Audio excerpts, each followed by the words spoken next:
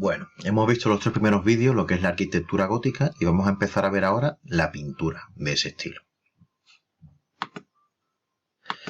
Vimos las características generales del estilo gótico, su expansión desde Francia a diferentes lugares de Europa, los reinos más o menos que había hacia el siglo XIV en Europa, las características generales de la arquitectura gótica, ejemplos de catedrales, todo eso lo vimos en los vídeos anteriores, ¿no? Los elementos arquitectónicos con imágenes del gótico, las partes de la catedral gótica, diferentes esquemas con esos elementos constructivos, tipos de planta. Vimos las diferencias entre el románico y el gótico con estas dos imágenes y os hablé del vídeo que se puede reproducir desde el PowerPoint de esas diferencias entre los dos estilos. También vimos los elementos básicos en otro vídeo de la arquitectura gótica. Vale, a ver si avanza. Bueno, vamos a seguir ahora con lo que es la pintura. Como soporte de esa pintura gótica se emplea cada vez más la tabla en los retablos de los altares de las iglesias y los lienzos, ¿vale? Lo que es la tela. Y cada vez se pinta menos en muro. ¿Por qué? Porque ese muro está siendo sustituido por vidrieras, ¿vale? La pintura en cristal. Las vidrieras que se unen con el plomo, ¿vale? Esas piezas de cristal. Bien, al ir desapareciendo el muro, pues hay menos fresco y hay más pintura al óleo y al temple. Bueno, ¿qué es el fresco, qué es el óleo y qué es el temple? Son diferentes técnicas sobre diferentes soportes que se llevan a cabo en el arte, en la pintura. El fresco es la pintura de muros al agua. Se diluyen los pigmentos al agua y se pinta sobre el muro.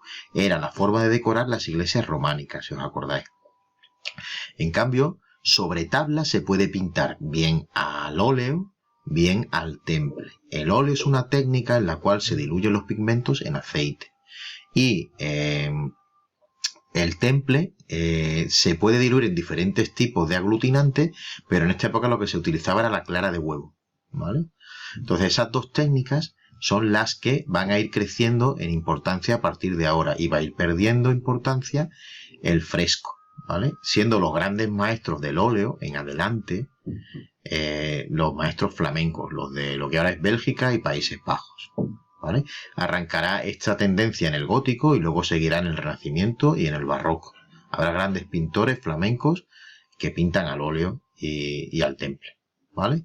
Bien, los frescos cada vez están menos presentes, pero como en todo hay excepciones. En la vida hay grises, no todos son blancos y negros. Y así en Italia, en el centro y sur de Italia, en las iglesias en las que hay un gusto mayor por lo clásico, ¿vale? Sí se seguirán conservando bastantes frescos en la decoración de esos muros, ¿vale? Bien, los temas, la mayoría de los temas son temas religiosos. ¿Por qué? Porque es una sociedad profundamente religiosa todavía, ¿vale? Está habiendo un cambio de mentalidad con el crecimiento de las ciudades y con la aparición de la burguesía, pero sigue teniendo mucho peso en esta sociedad la religión. Pero allá sí empieza a haber más pinturas de la vida cotidiana urbana y rural, ¿vale? De esas ciudades que están apareciendo, esos personajes urbanos. Y también el nuevo grupo social que es la burguesía, se incorpora a los retratos que se van haciendo, que se van encargando a los pintores. Esa burguesía está orgullosa de su éxito comercial y artesanal y financiero y quiere que se plasme en obras, que quede para la posteridad ese nivel de vida, ese poder económico que tiene, ¿vale? Recordad que la vida en esta época, la esperanza de vida era menos de la mitad de lo que tenemos a día de hoy, con lo cual el quedar tu figura para la posteridad tenía un valor aún mayor que hoy en día, ¿vale? Entonces hay retratos de nobles, del alto clero también, de cardenales, obispos, el propio papa, pero también ya hay retratos de burgueses. Un ejemplo será uno que vamos a ver después, que es el matrimonio Arnolfini, una pareja de comerciantes italianos asentados en Flandes, en la ciudad de Brujas, ¿vale? La Venecia del Norte, ¿no? Lo que se conoce como Venecia del Norte. Bien, es una pintura que es mucho más realista, intenta copiar la realidad y es naturalista también, ¿no? Intenta pintar la naturaleza tal y como es. Contrasta con la románica, que era una pintura mucho más irreal. O sea, en la románica, se me acuerda, lo importante era que la gente identificara el tema que aparecía en la pintura y así enseñar religión a la gente que no sabía ni leer ni escribir. Ahora sigue estando ese fin en la pintura, pero además se intenta hacer lo más real lo más natural posible, ¿vale? Con lo cual los rostros serán más reales, las expresiones serán más reales, las proporciones, la perspectiva, la luz, el juego de la luz y la sombra. Las figuras son figuras más humanizadas y expresan sus sentimientos. Se usa la luz, se usa el color, se usa la perspectiva para dar más realismo, como he comentado anteriormente. Hay muchísimo detalle en las obras. Veremos, por ejemplo, en el cuadro del matrimonio de Arnolfini, o por ejemplo en el tríptico que veremos posteriormente, de Jan van Eyck, este detalle en las figuras, pequeñas figuras que aparecen abigarrando, ¿no? Llenando el cuadro, ¿no? En la parte inferior, ¿no? Veremos ese detalle de esa pintura flamenca, ¿no? Casi miniaturista, ¿no? Pintan casi miniaturas. Veremos el detalle del espejo del matrimonio Arnolfini, en el que se refleja la pareja, ¿no? Y se ven esos detalles, ¿no? Los detalles de cada elemento de la estancia, de los pliegues de sus ropajes, ¿vale? Eso lo veremos más adelante cuando veamos la figura. Bueno, hablando de miniaturas, en esta época siguen copiándose libros a mano por parte de los monjes en los escritorios de los monasterios, porque la imprenta no se inventará hasta mitad del 15, ¿vale? Entonces esos clérigos copian los libros más importantes de esa época y los van decorando, los van miniando, hacen miniaturas con dibujos fantásticos. Ya no tiene nada que ver con lo esquemático, la simplicidad de lo románico, sino que ahora son también más realistas, más naturalistas. Lo veremos más adelante. Bien, tenemos esta primera obra, que es la Anunciación de Fra Angelico, esto es gótico italiano, y aparece enmarcado en un marco arquitectónico, ¿vale? Este que aparece aquí, el momento en el cual, según el Nuevo Testamento, el ángel va a anunciar a la Virgen que va a tener al Hijo de Dios, a Cristo, ¿no? ¿Vale?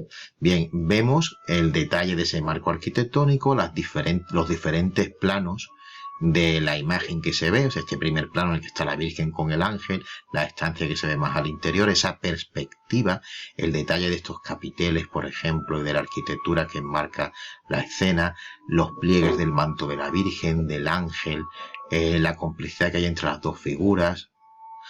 Otra escena aquí al fondo, o sea, puede ver incluso varias escenas en la obra con un marco paisajístico, ¿vale? Los dorados, ¿no? Esa influencia que todavía hay bizantina en el arte italiano, esa influencia más clásica. Los rostros humanizados, los rostros más naturales, más realistas, ¿vale? ¿Acordáis que esto era el nimbo? ¿Acordáis que os lo comenté? Lo que indica la santidad de cada personaje, ¿no? La Virgen y el ángel que anuncia esa buena nueva, ¿no? Que va a ser la madre del Hijo de Dios, ¿no? Bueno, esto sería gótico italiano. Aquí tenemos de Van Eyck un tríptico, la adoración del Cordero Místico. Es un tríptico porque tiene 3 partes, esta parte central y esta de la izquierda y esta de la derecha que cierran sobre la central, con lo cual se cierran como si fuera una cajita, ¿vale? Bien, es pintura sobre tabla y aquí lo que tenemos es a Cristo en majestad, ¿vale? O sea, es un tema otra vez religioso, una escena del Nuevo Testamento, pero también tenemos a derecha y a izquierda a esta señora en paños menores y a este señor que son Eva y Adán, o sea, un tema del Antiguo Testamento, ¿vale? Cosas que podemos ver de la pintura flamenca que hemos visto anteriormente, el detalle de los rostros, de los ropajes, el naturalismo, lo humanizado de los rostros. Fijaos qué gran cantidad de personas, no se puede apreciar aquí porque no tiene suficiente tamaño la obra, ¿no? La que he insertado en el PowerPoint no tiene el tamaño suficiente, pero cada rostro está detallado, es individual, es único, ¿vale? El fondo paisajístico, aparece el tema del Cordero Místico, que el Cordero Místico es Cristo, ¿vale? Es el Cordero que viene a quitar el pecado del mundo, ¿no? El que también, según se cuenta en el Nuevo Testamento, en el Apocalipsis, juzgará a vivos y muertos, ¿no? En el fin de los tiempos. Bien, son temas religiosos que aparecen en esta obra, ¿vale? Que aparecen en estas obras góticas, ¿vale? Tanto del Antiguo como del Nuevo Testamento. Las figuras de diferente tamaño según la posición en la que estén, respetando la perspectiva, partiendo todo, haciendo una forma geométrica triangular, si os fijáis aquí, del punto que aparece aquí, ¿vale? Esta imagen, esta luminosidad que tenemos aquí, ¿vale? Bien, vamos a la siguiente. Bien, aquí tenemos una pareja de burgueses italianos afincados en Brujas, en Flandes, en Bélgica a día de hoy, ¿vale? Que les fue bastante bien. Entonces ellos, como les fue bastante bien y podían pagar a un maestro pintor como Jan van Eyck, pues le piden que los represente, les pide un retrato. Y él los pinta en toda su majestuosidad, toda su riqueza. Y ellos quieren ser pintados así. O sea, quieren que se vea el nivel de vida que tienen y la prosperidad que tienen en sus ropajes, en su mobiliario, en su estancia, ¿vale? Y el detalle aparece por todas partes, en los rostros de las dos figuras, la riqueza de los mantos, los pliegues. También aparece el juego de las luces y las sombras, la luz que entra por esta ventana a la izquierda y que tenemos aquí abajo también, y se proyectan diferentes sombras sobre el mobiliario de la casa. Incluso en el rostro de él, ese sombrero como le da sombra, parte de esa imagen, de ese personaje. Los pliegues, vuelvo a repetir. Aquí hay un detalle, bueno, aquí y la lámpara también, hay gran detalle en cada pequeña cosa de la composición, de la representación, esos brazos de esta lámpara, y en el espejo se refleja la figura de los dos ricos burgueses, ¿vale? Aquí no se aprecia, pero tocando la luz y teniendo un poco más de calidad en la imagen, se vería que en este espejo el pintor con su maestría refleja lo que hay delante en esta escena. Hay perspectiva, hay profundidad, ¿vale? Son las características que hemos estado viendo en la pintura y que aparecen en esta obra. Me quedan 3 minutillos, vamos a correr. Bien, esto es un descendimiento, otra vez un tema religioso. Hemos visto hasta ahora 3 temas religiosos y un tema civil. Esta obra representa a Cristo ya muerto, en el momento en el que lo descienden de la cruz. Es un tipo de tema que se repite mucho en la historia del arte, ¿vale? El descendimiento, en este caso de Van der Weyden, ¿vale? Bien, otro pintor flamenco. He puesto 3 flamencos y un italiano. Pues he puesto a otros, a Giotto y a otros, pero bueno, hemos puesto a Frangélico y a estos 3. Más que nombres de obras y de pintores, me interesa que veáis las características del estilo. En los rostros se ve el dolor de estos personajes que van a por Cristo, a bajarlo de la cruz para darle sepultura, ¿no? Pero también aparece una vez más el detalle en los mantos, el uso del color, la perspectiva, las figuras que están delante, que están detrás, el realismo del cuerpo ya muerto de Cristo, ¿no? Anatómicamente cómo responde ese cuerpo a ese descendimiento.